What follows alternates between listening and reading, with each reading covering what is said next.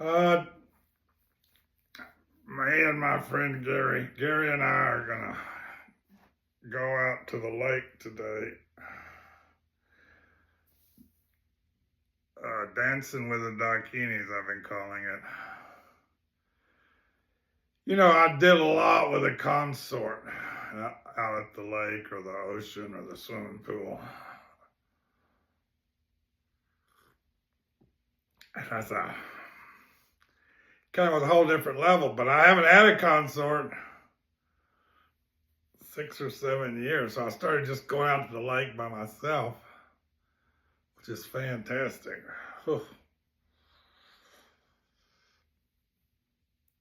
It's been really good.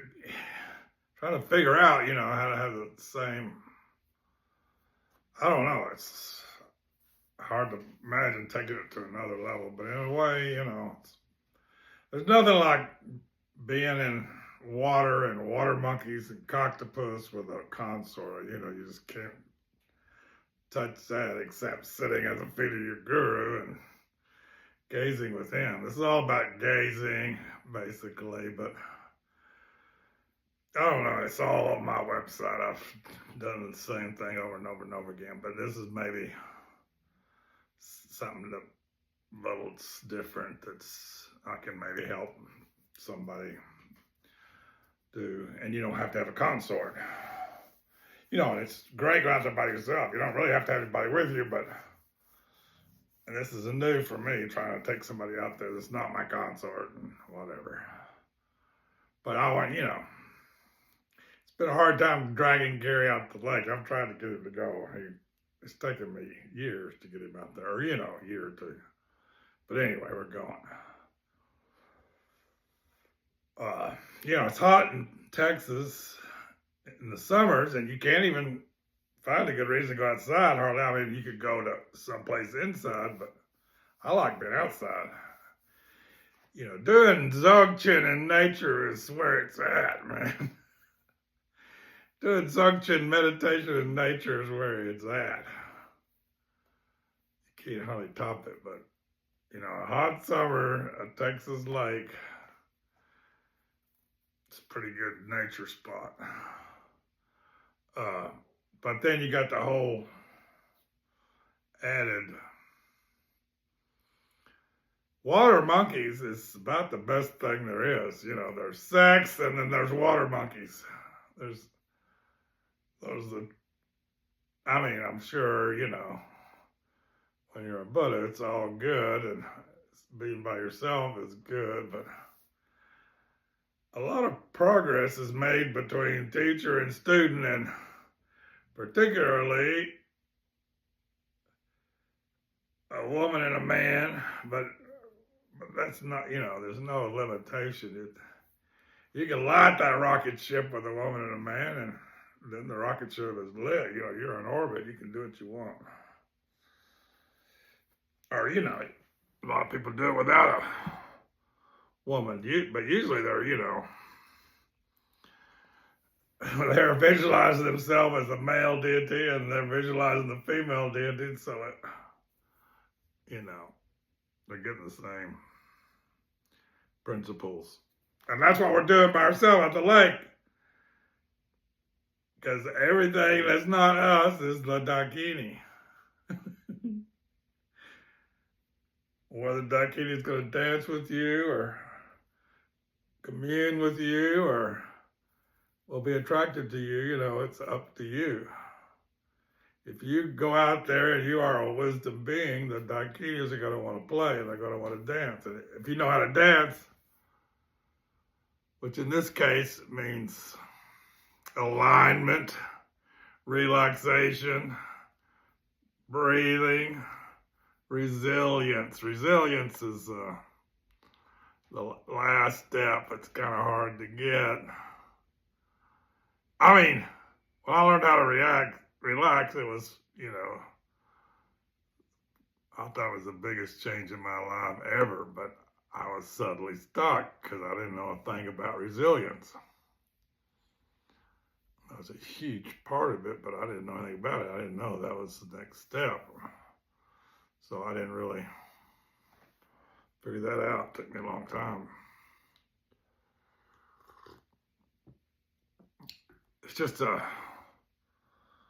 you're still frozen, man, even though, your practice could be very good. This is what I discovered, and I've said this before. I, studied about this stuff, and read, Will Johnson and others were telling me about this, but I realized that 90 to 98% of my energy was being directed toward freezing myself. Think about that a second. 95% of your energy, you don't know it, but it's being directed at freezing yourself. 90 to 97% of your energy is being directed toward shutting down, And you don't know it. That's called ignorance. That's called samsara. It's a simple little switch to flip, to go from, okay, I'm spending all the time trying to make myself tense enough where I don't really experience what's going on. I don't really enter in the stream. And you can't even get there until you've done a lot of work on alignment. Most people get a little experience of alignment in meditation, but just a little. It's almost like unconscious, Their body figures out how to get aligned in meditation. But they get off the cushion, forget about it. And even on that cushion, they think they know what alignment is, but they haven't a clue if they really studied alignment, like in Alexander technique, for instance. But you're studying in meditation, That's what you're studying in meditation, but you just don't have the cheat sheet and how to do it. So you don't know how to do it. I mean, you're doing it anyway when you meditate. And people you look at people, they look like fantastic on the cushion. They get off the cushion and where is it? It's gone. I mean, y'all say, you should have seen him before. I mean, he's got more dignity. He's got more, but he's just as crazy. And he's not constantly arising. He's not constantly freeing himself, which is what you want to do. And Alexander teaches you that. And this approach to meditation, alignment. But man, the gurus of alignment in this don't know a clue. I don't have a clue if they don't study Alexander technique. I promise you, they don't, even though they don't know the fast way and the super way and the unbelievable way to go. They just don't. I'm sorry. I adore Will Johnson, but he don't have a clue. He doesn't. Even though he's written 20 books on the subject. Clueless. I mean, he's gone, but he didn't go the easy way. And the way that, it's easy to teach and easy for everybody to do. He's taught me a lot, but I can't even talk to the guy, It's his way or nothing. And I love him, and I think he's got good energy. A lot of people don't have good energy that teach this shit. A lot of people try to teach are the worst possible students. I don't know, but they think this is it, and they elbow everybody else out, it's weird.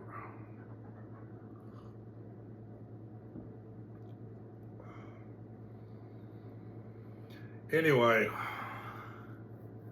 so alignment, relaxation is huge, It's hard to do. But that's what we do at Alexander, man. That's the whole thing. Alignment's just once you learn a little bit about alignment, you're just starting with a relaxation aspect, but then your alignment is so perfect, but it's just beyond. It's like alignment is like shamatha, relaxation is like vipassana, and resilience is like the union of shamatha and vipassana suffused with knowing.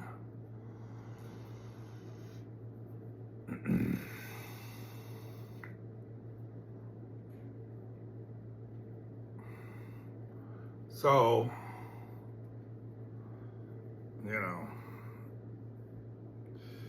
certain points in your Dharma evolution, the 3 words that strike the vital point, the 3 words strike the vital point are the view. I'm committing myself to, freedom and alignment and on and on. And you just, plant your flag and commit, and then maybe you have an experience, you realize you're tense, and you didn't even know it, you commit to relaxation. And, you just train yourself, and a lot of it's with the breathing, a lot of it's the letting go and the out breath. It's the letting go and the out breath where you relax. You don't know how to do that right now, and you can't relax. To the extent you let go and you go into space, you relax. To the extent that you're tense, you can't let go and you can't go into space. It's mind, body. You can't go there in your mind without your body, So then you get relaxed, and then you realize all my energy is being spent on shutting down the energy. Even though I'm relaxed, even though I'm aligned, and then you make a commitment to, I'm gonna reverse the samsaric flow, and I'm gonna, here's how, I guess everybody from the Buddha on down has described it. Here's how Will Johnson describes it. You just hold out your hand and you just pay attention to your hand and you feel it and you realize that there's this tingling. This is a very traditional meditation practice in Southeast Asia and Vipassana. And, Will Johnson's very critical of, that was, I guess, his tradition of, he studied a lot of teachers, but essentially that's where he came out of his meditation. He's very critical of the Tibetans, for instance, who don't always, somehow, you find the right Tibetan teacher who has not, that influence hadn't been, whatever. Study Vipassana. Study those Vipassana ways of meditation, man. And you see what I'm talking about. When I first got into this, I was so arrogant and I didn't think they had anything to teach me, but it turns out I was wrong. So, they just, in their meditation, they bring the whole body into it and they get that tingling going through the whole body. That tingling you feel in the hands is not just the hands, but right now you can't do it. But if you just sit there and meditate and let that vibrating happen, then you become resilient. If you're aligned and relaxed. If you're not aligned and relaxed, we probably have to go back, get aligned, get relaxed, get aligned and relaxed working, and then make a commitment. We're gonna open up this next level next phase. I don't know. It's all part of the same thing, but you can easily do 1 and 1 and not get to 2. You can easily do 2 and not get to 3.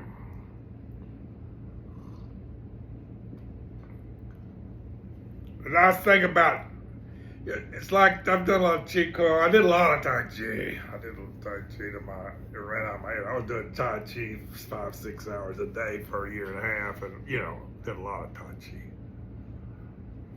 It was real free flowing at that point. It was beyond Tai Chi. I just walked out my door, and it was foremost, but that's all we were doing. That's all I was doing. I would like walk through the park backwards.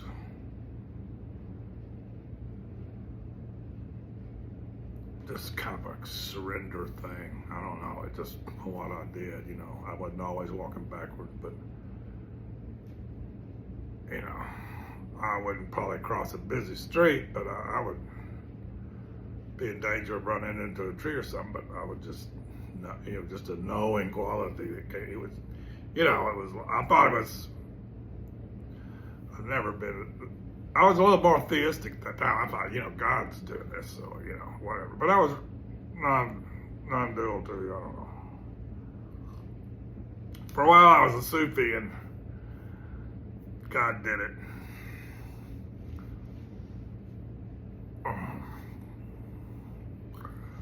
So a nice thing about getting in that water, you got a chance to have resilience being, the water's moving. You can do Qigong on the dry land and it's really good, really good. But you do Qigong out in the lake and the water is trying to move you very subtly, and you can let yourself be moved. And you can get resilient. Just because, things are a little different there, It's an aid. But that's not the only aid. Gazing on the lake. Gazing is just great anywhere. It's just like a excuse to be out there to gaze. And there's the sky, which is unbelievable to gaze at. Oh my God. And the water is unbelievable to gaze at. Oh my God, And then the horizon, the sky and water, It's like putting those two together. It's like, whoa. You get close to it, I don't know. You're like on the horizon there. I don't know why it's so powerful, but it is. But I think a lot of it's just the water, the sounds, everything.